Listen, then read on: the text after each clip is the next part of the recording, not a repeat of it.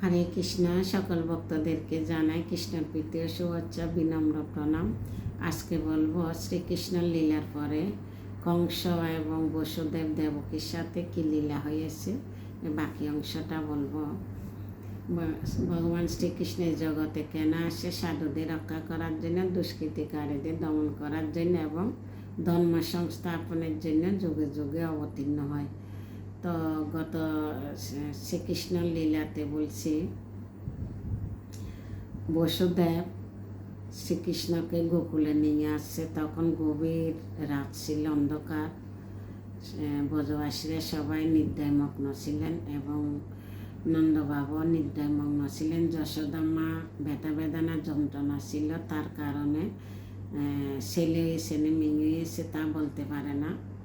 বসুদেব শ্রীকৃষ্ণকে রেখে কন্যাটাকে নিয়ে গেছে, কারাগারে ফিরে গেছে। এর পরবর্তী কী হয়েছে লীলাটা আজকে বলবো। সবাই ধৈর্য সহকারে শ্রবণ করবেন এবং আমাকে কৃপা আশীর্বাদ করবেন। হরে কৃষ্ণ। সবাইকে প্রণাম। নমো বিষ্ণু পাদায় কৃষ্ণ পেষ্টায় ভূতলে শ্রীমতে জয় পতাকা স্বামিনীতি নামিনী। নমো আচার্য বাদায় নিতায় কৃপা বদায়িনে গৌরকতা দামোদায় নগর গ্রাম তারিণী। নমো বিষ্ণু পাদায় কৃষ্ণ পেষ্টায় ভূতলে শ্রীমতে ভক্তিবেদান্ত স্বামিনীতি নামিনে। নমস্তে সরস্বতী দেবে গৌরবাণী প্রচারিণে নির্বিশেষ শূন্যবাদী পাশ্চাত্য দেশ তারিণে। জয় শ্রী কৃষ্ণ চৈতন্য প্রভু নিত্যানন্দ শ্রী অদ্বৈত গদাধর শিবাসাদি গৌর ভক্তবৃন্দ। হরে কৃষ্ণ কৃষ্ণ কৃষ্ণ হরে হরে, হরে রাম রাম রাম হরে হরে।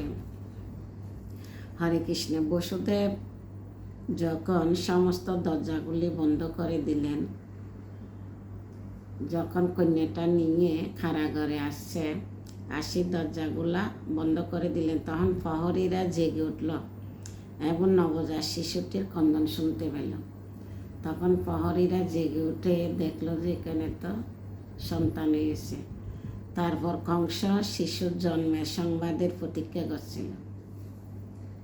কংস প্রতিজ্ঞা করছিল যে এবার তো অষ্টম গর্ভে আমাকে মারণ্যলা আসছে, তাই ঘরে বাইরে ছটফট হয়েছে। পাহাড়িরা তৎক্ষণাৎ তার কাছে গিয়ে খবর দিল যে দেবকী বসুদেবের অষ্টম সন্তানের জন্ম হয়েছে।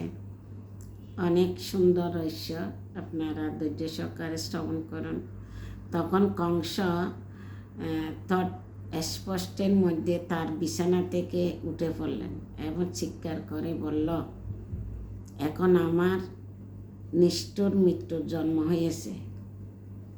তার মৃত্যুর আগমন উপলব্ধি করতে পেরে কংস কিংকর্তব্য বিমূঢ় হয়ে পড়ল এবং ভয়ে তার সমস্ত শরীর রোমাঞ্চিত হয়ে উঠল। যেখানে শিশুটির জন্ম হয়েছিল সে তৎক্ষণাৎ সেখানে ছুটে গেল, জেলের মধ্যে আসছে। তাই বাইকে আসতে দেখে দেবকী অত্যন্ত বিনীতভাবে তার কাছে প্রার্থনা করলেন। তাই কংস কৃপা করে এই শিশু কন্যাটিকে বধ করো না। আমি প্রতিজ্ঞা করছি যে কন্যাটি আমি ভবিষ্যতে তোমার পুত্র বধূরূপে দান করব। দেবকী কংসকে বলতেছে, আমার কন্যাটাকে মারো না, আমি তোমার পুত্ররূপে দান করব। তখন একদিন এরকম হতো বিবাহ। তাই কংস এতই নির্দয় ছিল যে সে তার ভগিনী এবং এই কাতর প্রার্থনায় কর্ণপাত করল না।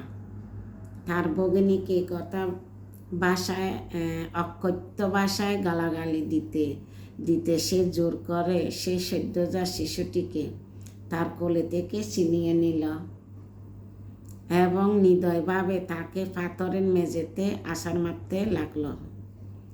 নিজের স্বার্থসিদ্ধির জন্য সমস্ত সম্পর্ক বিসর্জন দিয়ে ভাই যে কত নিচু হতে পারে, ঘটনাটি তার এত এক জ্বলন্ত দৃষ্টান্ত। কিন্তু হঠাৎ সে কন্যাটি কংসের হাত থেকে বেরিয়ে গিয়ে আকাশে উঠে গেল এবং ভগবান বিষ্ণুর অষ্টভুজা ভগিনী রূপ ধারণ করে।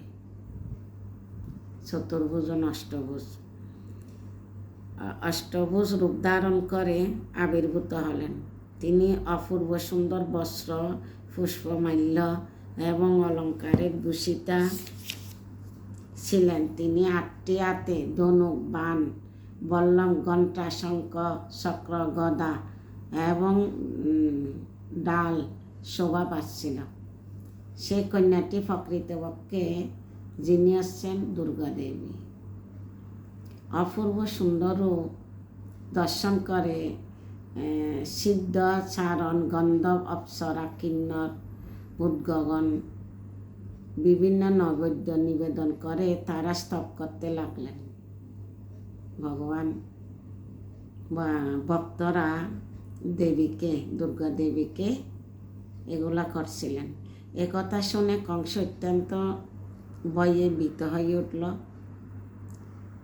এভাবে আকুতি করতে করতে কংসের চোখ দিয়ে অবিরল দ্বারায় জল পড়তে লাগলো এবং তাদের পাইয়ে ধরে ক্ষমা ভিক্ষা করতে লাগলো।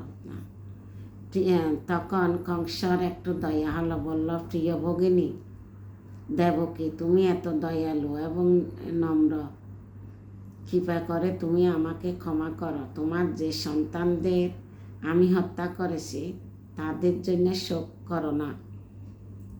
যখন বুঝতে পারলো এটা তো ছেলে হয় না, মেয়ে হয়েছে, তখন চিন্তা করছে কংস আমার বিপদ চলে গেছে, তাই আসি বোনের কাছে এখন ক্ষমা চাচ্ছে। আমি যে কুকর্ম আমি সেই কর্ম করিনি, কেননা সবাই তো পুণ্য নির্ধারিত অনিচ্ছা সত্য সকলের বিধি বিধান অনুসারে কর্ম করে যেতে হয়। এভাবে আকুতি করতে করতে কংসের চোখ দিয়ে অবিরল দ্বারা জল পড়তে লাগলো। এখন চেতনা ফিরে আসছে। 6টা সন্তান মেরে ফেলছে। একটা তো বলরাম তো স্থানান্তরিত করছে রোহিণীর গর্ভে, কিন্তু এটা জানে না, মনে করছে নষ্ট হয়েছে। এখন 8ম সন্তান মেয়ে হয়েছে, তাই এখন বোনের কাছে ক্ষমা চাচ্ছে। তার কথায় বিশ্বাস করে কংস তৎক্ষণাৎ দেবকী ও বসুদেবকে কারাগার থেকে মুক্ত করে দিল। তাদেরকে এবার মুক্ত করে দিল। সে নিজের হাতে তাদের শৃঙ্খল খুলে দিল এবং অত্যন্ত সৌহার্দ্যের সঙ্গে তাদের প্রতি একজন নিকট আত্মীয়দের মতো বন্ধুত্ব প্রদর্শন করলো। এখন নিকটবর্তী আত্মীয়র মতো প্রদর্শন করলো। আগে অসুরের মতো করছে, এখন আপনজনের মতো করতেছে।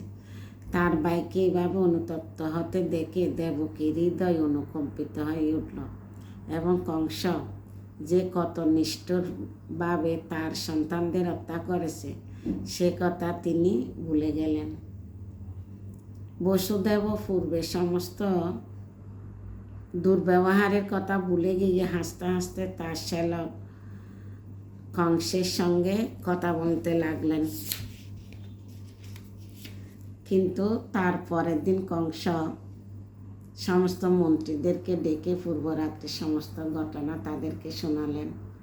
কংসের সমস্ত মন্ত্রীরা ছিল অসুর এবং তারা ছিল দেবতাদের চিরশত্রু। এদেরকে ডাকে আবার বিপদ। ওরা কি অনুমতি দিচ্ছে এটা শোনেন। তাই তাদের প্রভুকে পূর্বরাত্রির ঘটনা বলতে শুনে তারা অত্যন্ত বিমর্ষ হলো এবং যদিও তারা খুব একটা বিদ্বান বা অভিজ্ঞ ছিল না, তবু তারা কংসকে উপদেশ দিতে লাগলেন। প্রিয় কংস, নগরে গ্রামে গোচরণে গত 10 দিনের মধ্যে যে সমস্ত শিশু জন্ম হয়েছে এখন তাদের মারাবার ব্যবস্থা করতে হবে।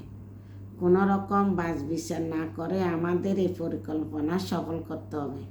আমাদের মনে হয় দেবতারা এই নিষ্ঠুর কাজে বাধা দিতে সাহস করে না। তারা সবসময় আমাদের সঙ্গে যুদ্ধ করতে ভয় পায়, তাই এ কাজে বাধা দিতে ইচ্ছা করলেও তারা সাহস করতে পারে না। এটা দিয়ে আর একটা গণ্ডগোল বাজায় দিচ্ছে। কংসর মনে ভিতরে সংশয় আনে দিছে।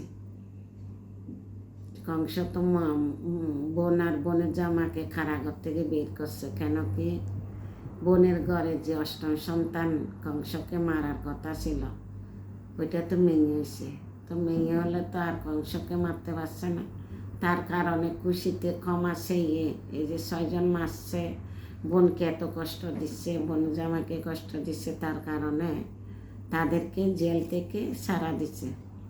এবার মন্ত্রী কর্মচারী সবাইকে নিয়ে যখন বৈঠক বসছে, এই বৈঠকে কী হলো, আবার গণ্ডগোল ফাঁসে গেল। ওরা কি দিছে, কুমন্ত্রণা দিছে। কুমন্ত্রণাটা কি, 10 দিনের মধ্যে গোকুলে যা সন্তান হয়েছে সবাইকে শেষ করো। এই আবার শুরু হবে কি, এই অগাসুর, পুতনা, এই সব রাক্ষসদেরকে ফাটাবে গোকুলে যত সন্তান হয়েছে মারার জন্য। তো বাকি ওষুধদের লীলা একটা একটা বলবো, আপনারা শ্রবণ করবেন। আজকে এতটুকু, ভুল ত্রুটি মার্জনা করবেন। হরে কৃষ্ণ, সবাইকে প্রণাম।